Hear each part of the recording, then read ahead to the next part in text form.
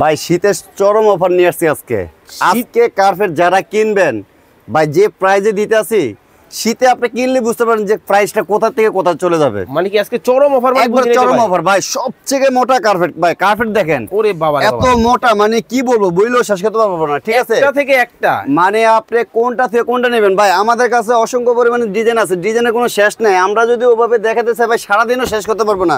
Just আমরা কয়টা দেখাবো, আগুন কালার ভাই, আগুন আগুন আগুন আগুন ভাই। এটা কি সাইজ জানেন? কি ভাই? 5 ফিট বাই 7 ফিট। দাম কত?